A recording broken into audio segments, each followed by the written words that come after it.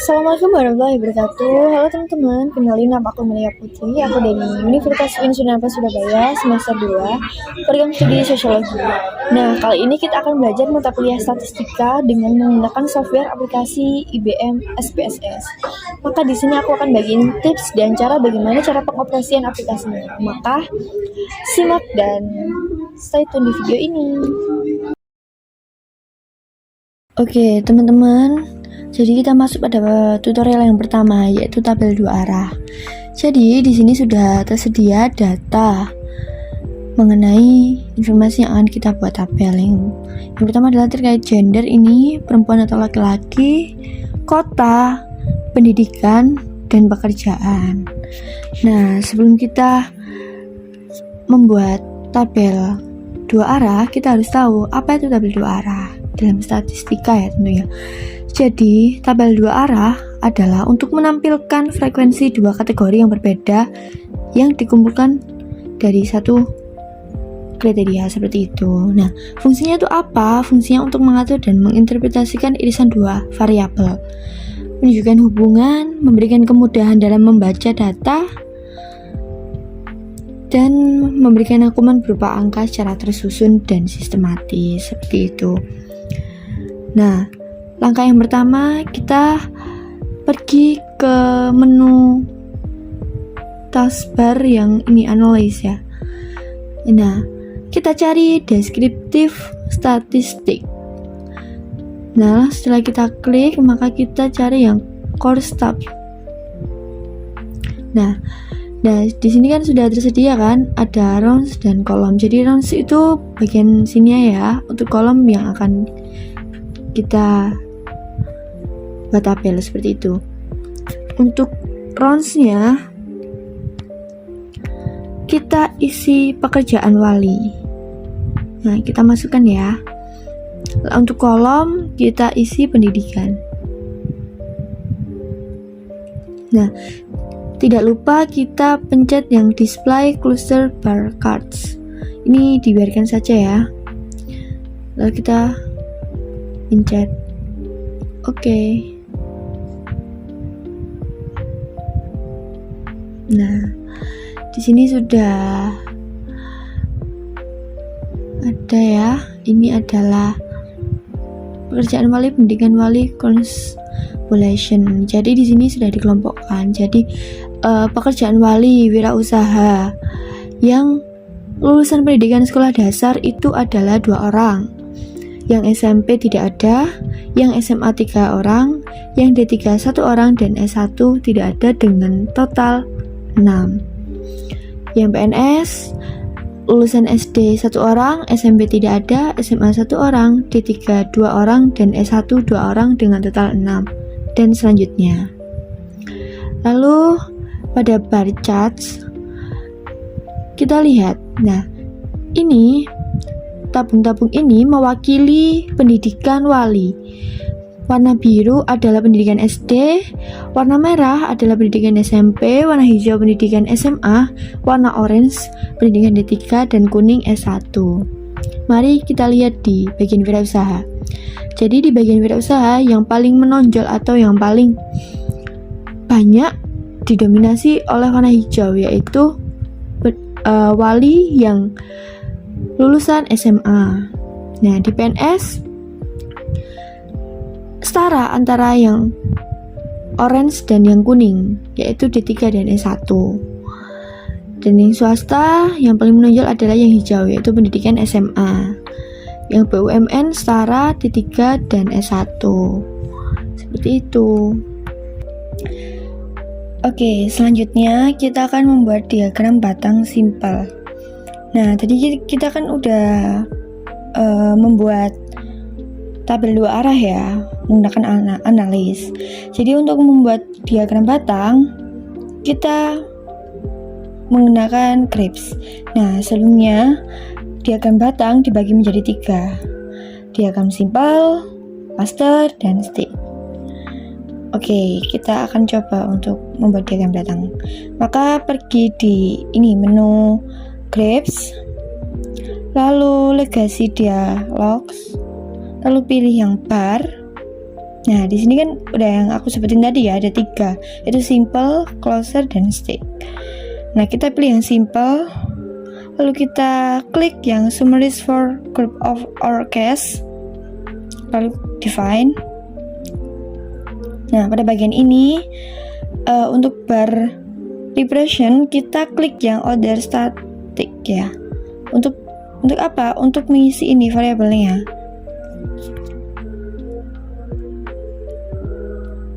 Nah, untuk variabel kita isi rata-rata atau mean ya. Kita masukkan.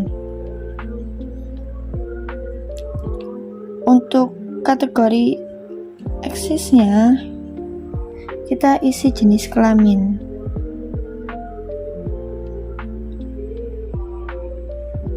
Lalu kita pencet OK.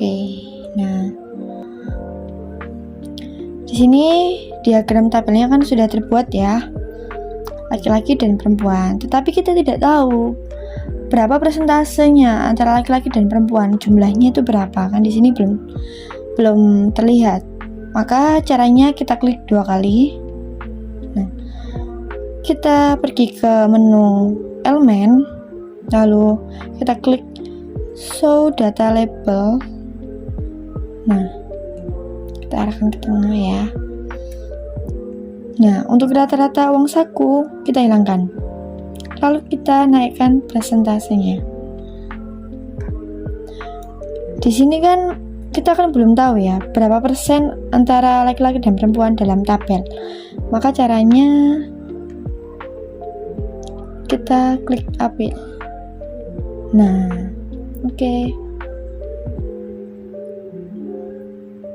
Kita close. Nah, di sini sudah terlihat bahwa laki-laki 47,31% dan perempuan 52,69%. Jadi lebih unggul yang perempuan. Jadi setelah tadi kita bikin diagram batang simpel yang pertama, maka yang kedua kita akan membuat diagram batang cluster. Bersama ya, kita pergi ke menu grapes. Kita pilih yang legacy dialog, kita pilih bar. Nah, untuk bar chartnya kita pilih yang cluster. Tidak lupa ini juga diklik, lalu define. Nah, perbedaannya dengan diagram batang simpel, untuk bar repressionnya kita ini end of case. Lalu untuk kategorinya kita isi dengan pekerjaan wali.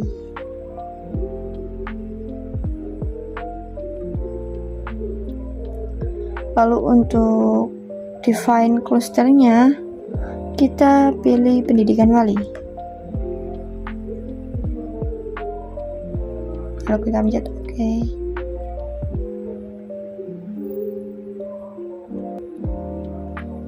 Nah, di sini udah jadi ya.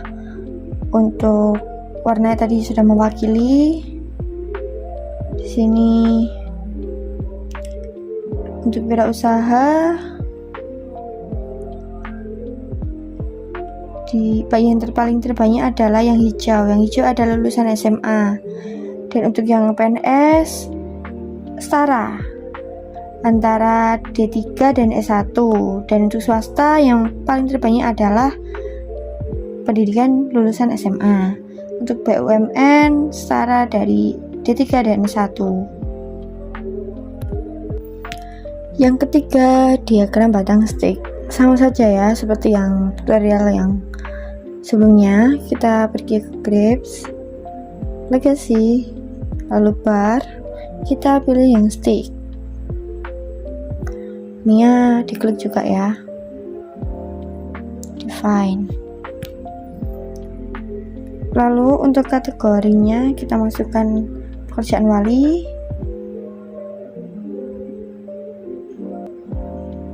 Lalu define sticknya kita isi pendidikan wali.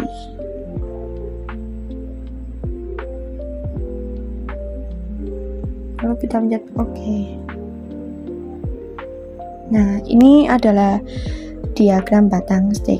Jadi Ini perbedaan antara diagram batang sederhana, diagram batang cluster, dan diagram batang stick.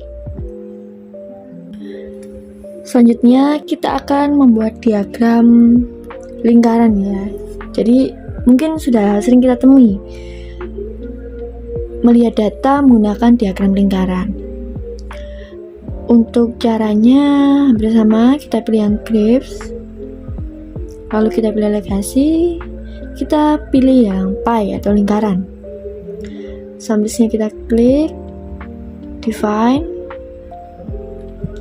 Nah, di sini aku pengen melihat jenis kelaminnya. Sebelumnya kita klik yang ini, lalu define slice, kita isi dengan jenis kelamin, perbedaannya antara yang perempuan dengan laki-laki. Untuknya kita tidak perlu diotak-atik ya, lalu kita pilih OK.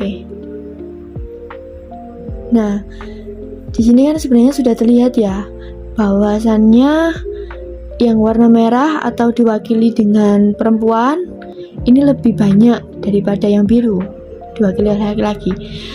Tetapi kita tidak bisa tahu berapa persentase atau jumlahnya secara pasti. Maka caranya kita klik 2 kali, kita pergi ke elements, kita show data table, terusnya nah, sudah terlihat. Lalu kita close. Nah, sini sudah terlihat biasanya yang laki-laki 51,72%, yang perempuan 48,28%. Selanjutnya kita akan membuat diagram garis atau multiply ya. Caranya kita pergi ke grips, lalu kita pilih legasi, kita pilih yang lain ya. Nah, di sini kita akan mengubah data in cards-nya yang awalnya sama list for group or of case menjadi values of ini ya. Lalu kita pencet yang multiply, kita pilih define.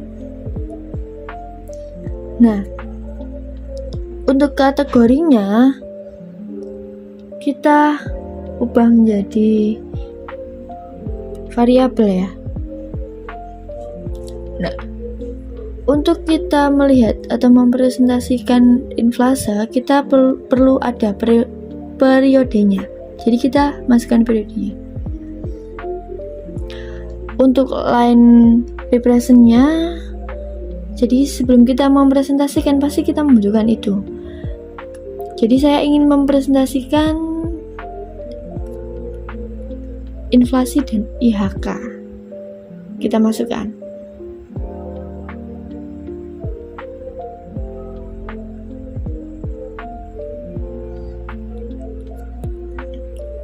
Ini biarkan seperti ini, lalu kita pencet OK. Nah, di sini sudah tersaji datanya. Sebelum itu kita tahu ya, inflasi data adalah data yang digunakan untuk mengukur. Jadi skala ini adalah ukuran tingkat dari inflasi, baik itu kenaikan atau penurunan. Nah, di sini kita lihat pada garis biru yaitu inflasi dengan periode Januari misalnya. Lalu ada kenaikan pada November, lalu penurunan pada September, dan sebaliknya di IHK juga seperti itu. Setelah kita belajar diagram garis atau multiple, kita perlu juga belajar box plot. Jadi caranya bersama ya, kita pergi ke menu Grips, aplikasi dialog, kita pilih yang menu box plot. kita klik yang simple. Ini masih sama ya, di summaries for groups, defines. Nah, di sini aku ingin memasukkan data. Pada variabelnya kita masukkan yang rata-rata uang saku.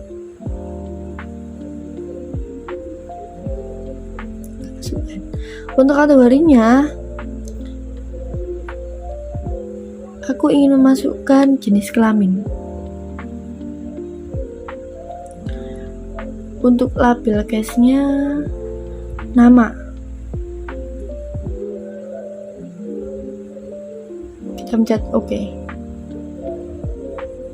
Nah, di sini sudah terlihat ya bentuk dari diagram box plot.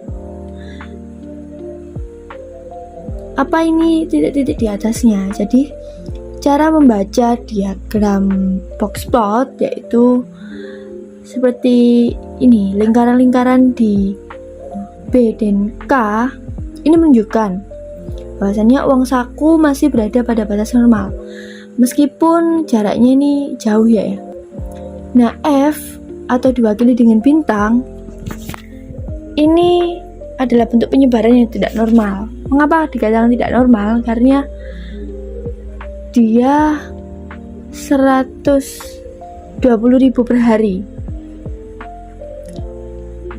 beda dengan 100.000, makanya diwakili dengan bintang seperti itu.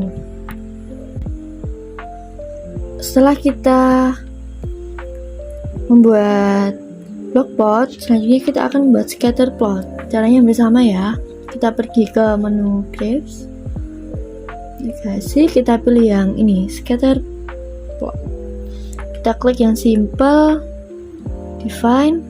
Nah, di sini aku ingin masukin lama belajar dan IPK. Maka Y-nya, kategori Y, kita isi lama belajar.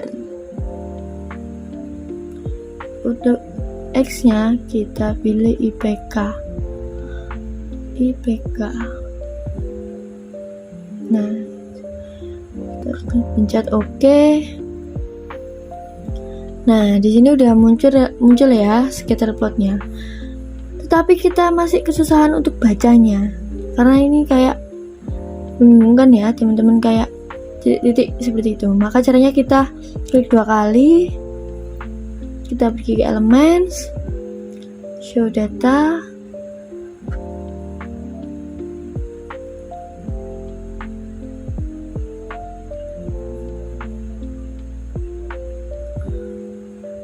sorry, kita klik yang ini ya. Nah, kita pilih yang linear, kita pencet yang close. Nah, di sini kan sudah ada garisnya ya, jadi IPK-nya cenderung naik seperti itu. Selanjutnya saya ingin melihat persebaran uang saku antara gender perempuan dan laki-laki melalui histogram. Jadi kita pergi ke graphs, kita lihat dialog, kita pilih yang histogram. Variabelnya kita isi rata-rata uang saku. Masukkan. Nah, untuk memudahkan kita membaca data, kita klik yang display normal. Kita OK. Nah, pada histogram kali ini persebaran uang saku ada paling banyak itu di 50.000 dan paling sedikit di 125.000. Dengan ditandai ini ya, melandai ke kanan, yang paling tinggi di 50.000 seperti itu. Selanjutnya kita akan membuat piramida penduduk. Ini sering kita temui ya pada contohnya kayak pelajaran IPS, kayak bentuk susunan piramida untuk melihat data seperti itu. Maka caranya kita pergi ke graphs, legasi dialog. Nah, kita pilih yang piramida. Di sini kita klik yang ini, get count, variabelnya. Jadi aku ingin melihat jumlah penduduk piramida dari kelompok usia, jenis penduduknya seperti itu. Maka variabelnya kita isi di jumlah penduduk.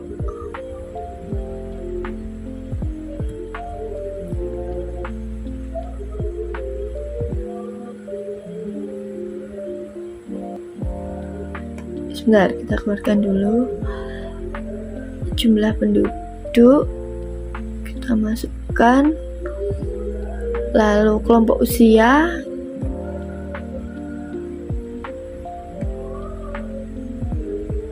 ini, lalu jenis kelamin.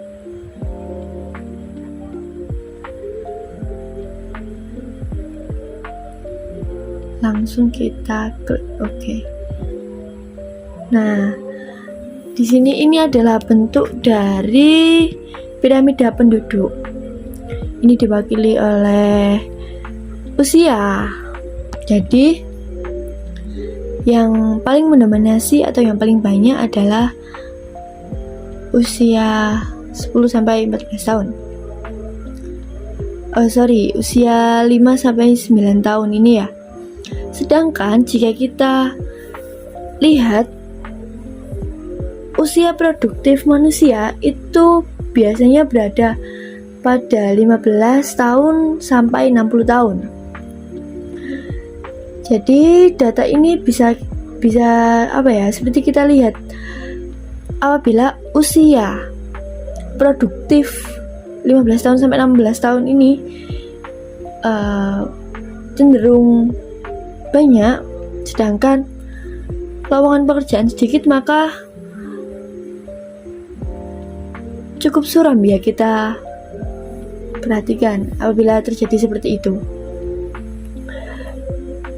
Jadi klasifikasi ini dapat dijadikan referensi untuk melihat skala data untuk pemerintah atau lain sebagainya seperti itu. Selanjutnya kita akan membuat ini diagram Pareto. Jadi diagram Pareto sendiri itu seperti ketika bisa menunjukkan ketidakpuasan atau kepuasan dalam bentuk data seperti itu. Maka caranya kita pergi ke Analyze, lalu kita klik yang Quality Control, kita pilih yang ini, Control Cards, kita pilih yang Simple, kita klik Column, Defines. Nah, untuk bar repressionnya kita klik yang ini, karena aku pengen melihat kepuasan atau ketidakpuasan, maka aku isi kepuasan.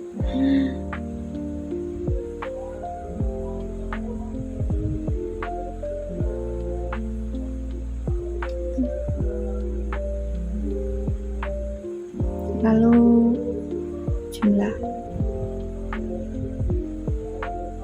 Oke. Nah, di sini sudah terlihat ya tabel atau data yang menunjukkan kepuasan. Jadi fungsinya apa? Seperti misal kita membuka usaha restoran ya, kita bisa melakukan atau membuat ini supaya apa? Kita melihat bagaimana responden dari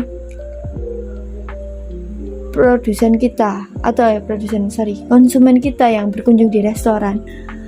Nah, dari itu semua bisa kita jadikan sebagai evaluasi untuk perbaikan atau komplain dan lain sebagainya dalam mengelola restoran itu sendiri, seperti itu. Oke, jadi itu tadi adalah berbagai macam diagram yang dapat kita aplikasikan menggunakan aplikasi SPSS.